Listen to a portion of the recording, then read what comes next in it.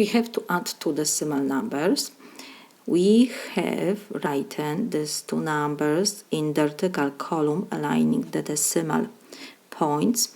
So next we have to check how many decimal places we have in the first number, in the second.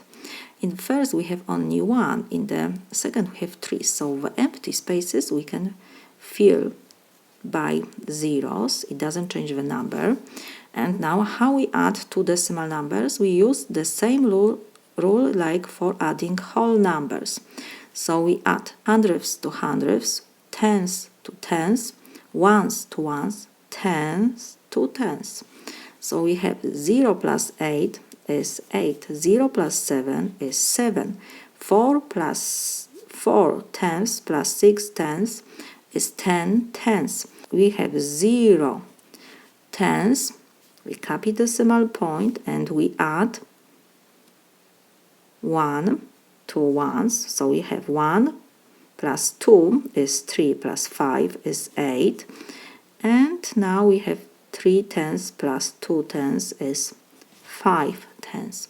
We keep decimal point in the same column. This is my solution.